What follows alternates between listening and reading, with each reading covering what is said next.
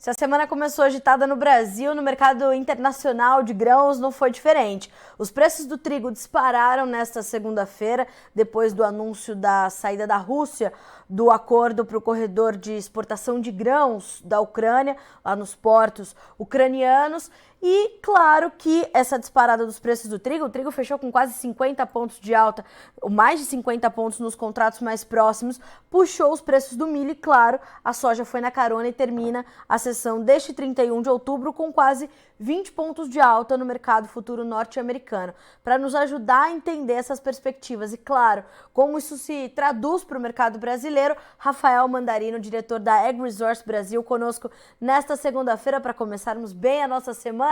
Rafael, boa tarde, seja bem-vindo. Boa tarde, Carlinhos. É um prazer estar falando com você aqui. Acho que é a primeira vez que a gente conversa. Acho que sim. E, Rafael, eu já te chamei num dia tranquilo. Achei que tem pouca coisa pra gente comentar.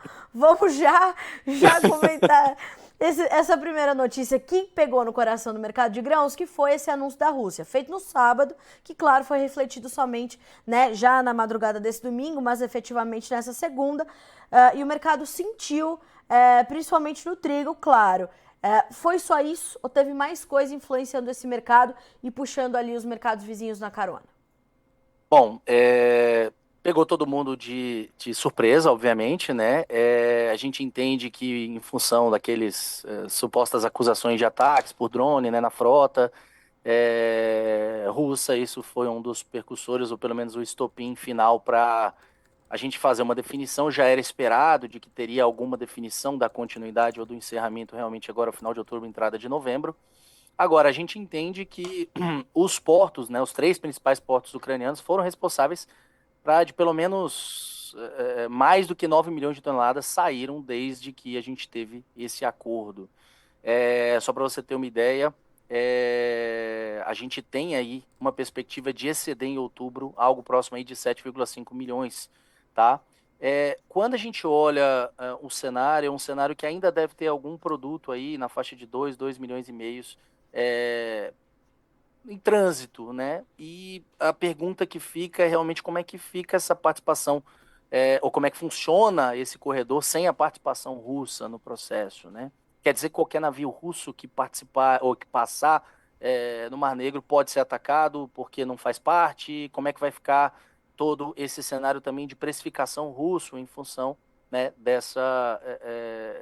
desse não acordo, né? Ou seja, ele vai estar fora de um tratado, vai estar fora de uma possibilidade de estar equiparando preços, e a ideia é que a Rússia realmente venha a estar diminuindo os seus preços, tá?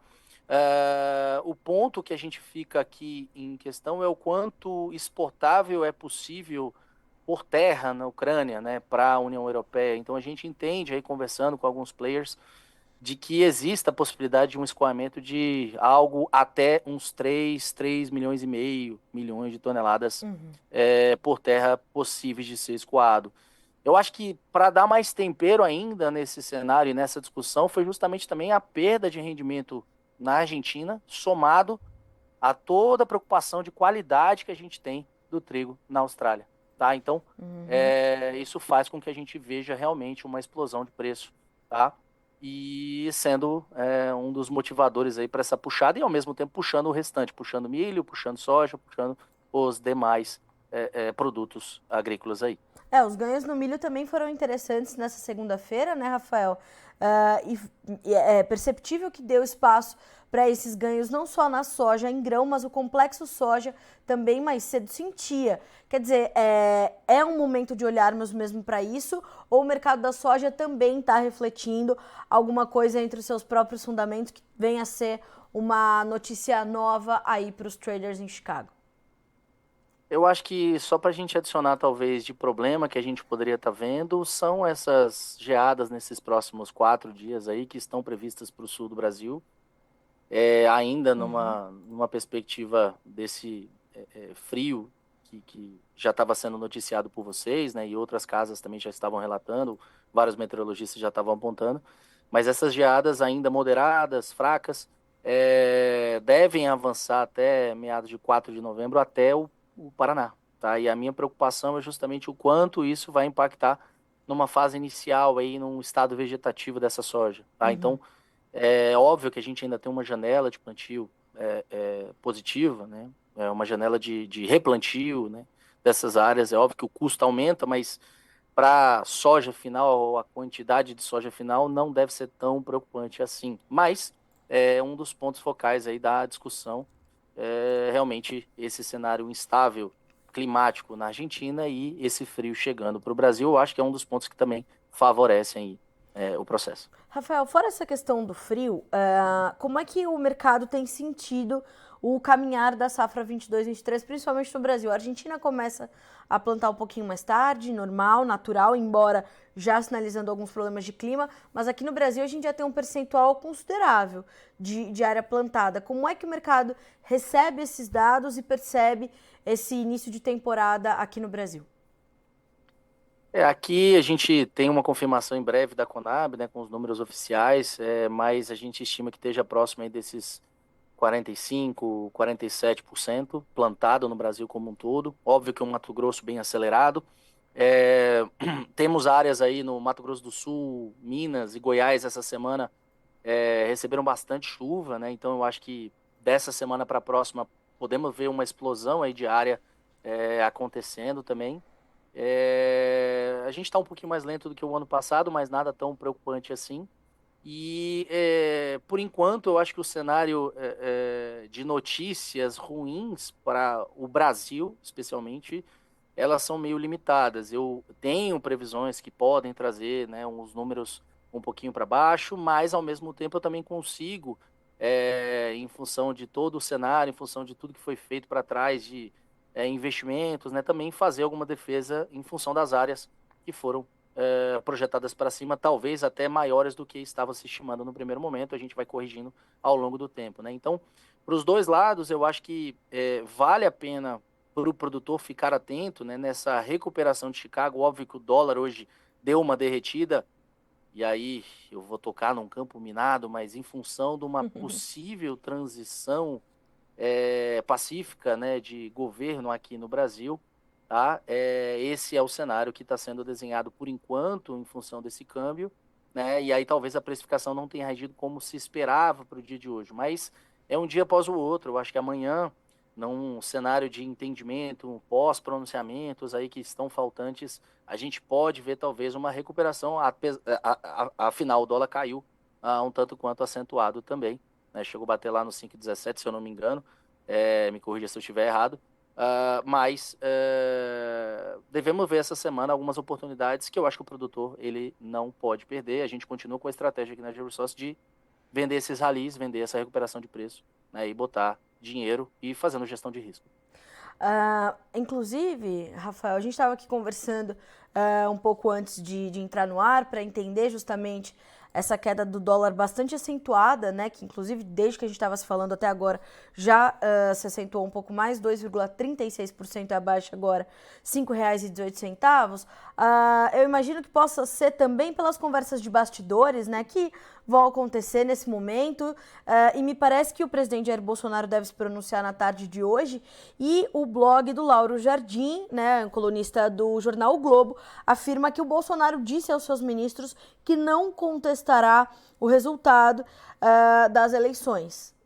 É tido ontem. Isso também pode ter ajudado, talvez, a acalmar o mercado e trazer essa possibilidade de uma transição pacífica e tranquila aqui no Brasil.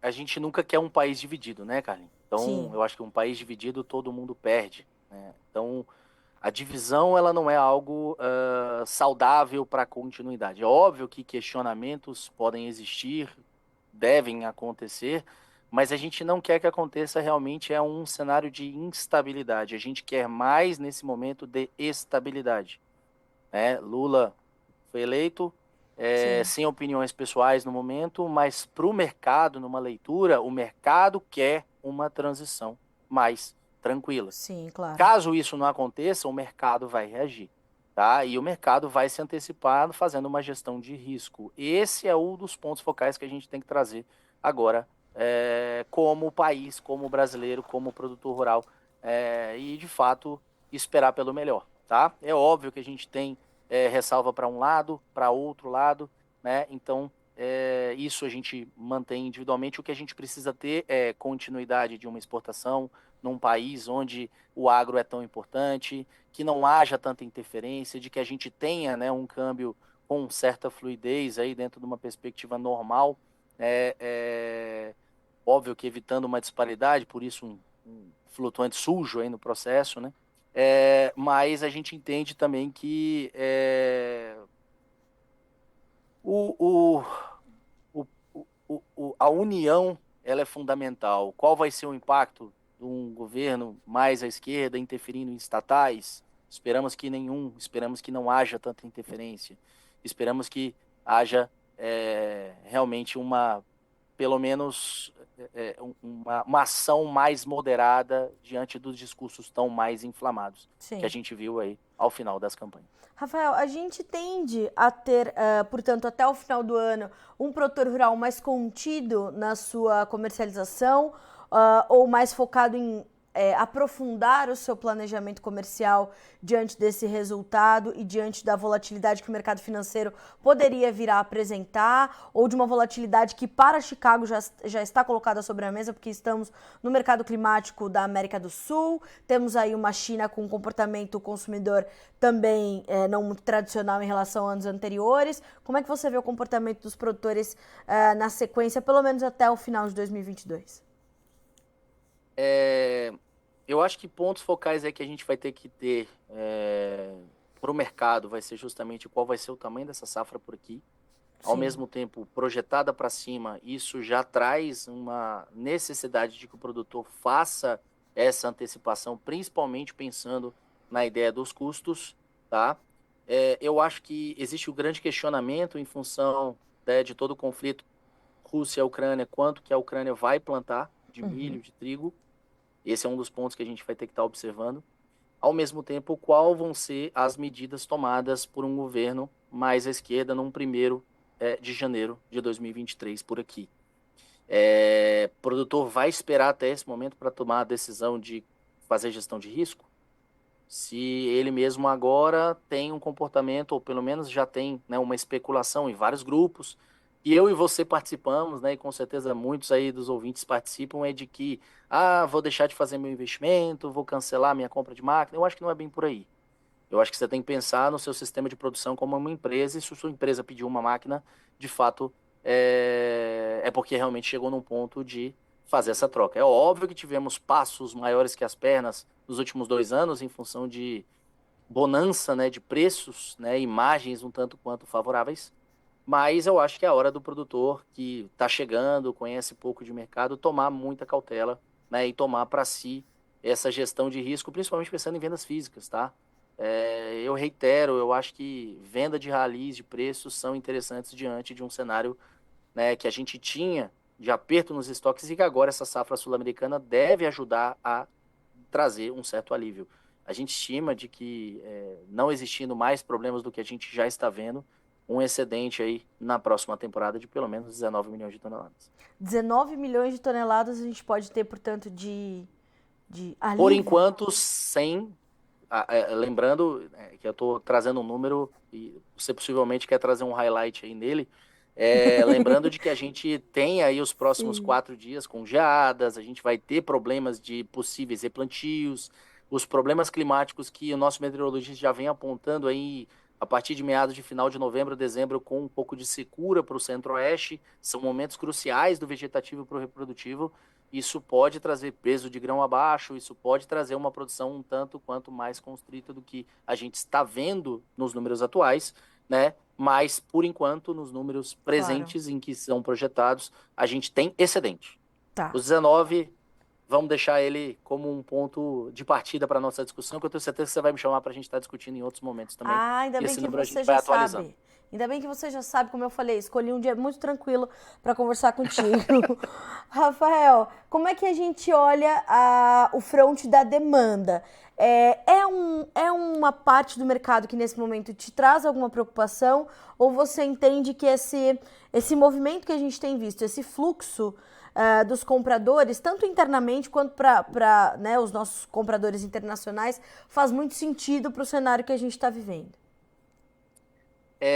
O cenário de instabilidade é para todos, o cenário de risco é para todos. E um cenário de incerteza traz realmente um movimento um tanto quanto mais lento. E essa demanda, de fato, respondeu a esse processo. A gente vê ela, sim, ainda precisando aumentar bastante para a gente conseguir atender alguns números, né, que são projetados pelo USDA. Ao mesmo tempo, ela mais lenta vai mudar um pouco dessa matriz e a gente deve trazer isso no reflexo do preço. O que a gente entende é que na semana, a gente tem uma semana que tende a trazer alguns movimentos bullish, né, um pouco altistas. Mas eu acho que todos esses leilões aí, por exemplo, de trigo, vão ajudar a definir preços, leilões de aquisição, perdão, tá? Só deixando claro para o produtor. Ao mesmo tempo, quanto de oferta mais barata a gente tem do trigo russo, eu acho que a China, um tanto quanto mais contida em função de Covid, né, em função de toda uma perspectiva geopolítica também inserida no processo, para ela ali, vizinhos brigando ao mesmo tempo, ela, Taiwan, Estados Unidos, né, essa incerteza, e a aproximação do dezembro aí, no inverno extremamente frio para uma Europa, vai ser o grande direcionador. Eu acho que a demanda, ela vai continuar um pouco mais lenta, por enquanto, até uma definição, né, de como é que fica esse corredor, como é que fica a produção por aqui. Na próxima semana, consequentemente, passando da metade da produção da área plantada aqui no Brasil, né, algumas chuvas podem aparecer aí para a Argentina e pode trazer um pouco mais de aceleração e a gente começar a entender melhor para que lado vai existir de oferta, né, e também, ao mesmo tempo, tendo uma resposta aí de demanda. Eu acho que qualquer rally de preços, como eu estou falando, é uma oportunidade da gente estar fazendo gestão de risco, da mesma forma para um comprador, né? Qualquer rally de baixa e esse comprador também vai estar buscando fazer a sua originação. Acho que curto, acho que da mão para a boca, mas vai fazer sim. Tá certo. Bom, Rafael, como você mesmo falou, a gente vai ainda conversar muito sobre essa safra aqui no Brasil, que está só começando. Todos esses planejamentos que o produtor está revendo agora, ele vai ainda rever muitas vezes até entender, né, quais serão os caminhos efetivos que o mercado vai fazer, porque até esse momento o que a gente tem é bastante especulação ainda, nomes que ventilam, o posicionamento do presidente Jair Bolsonaro, que até 31 de dezembro de 2022 estará presidente deste país. Então tem muita coisa ainda para acontecer nesses 2 meses, né, que a gente tem curtíssimos para terminar o ano, mas longos para a gente entender que dá tempo de fazer esses planejamentos, ter essa cautela, como você sinalizou. Mais algum ponto de orientação para o produtor para a gente fechar e arredondar, amarrar esse comentário, Rafael? Eu acho que é ter calma, né? Óbvio, muitos deles estão no campo aí ou terminaram o seu trabalho de campo, que a chuva não deixou e está fazendo com que ele esteja aqui nos ouvindo.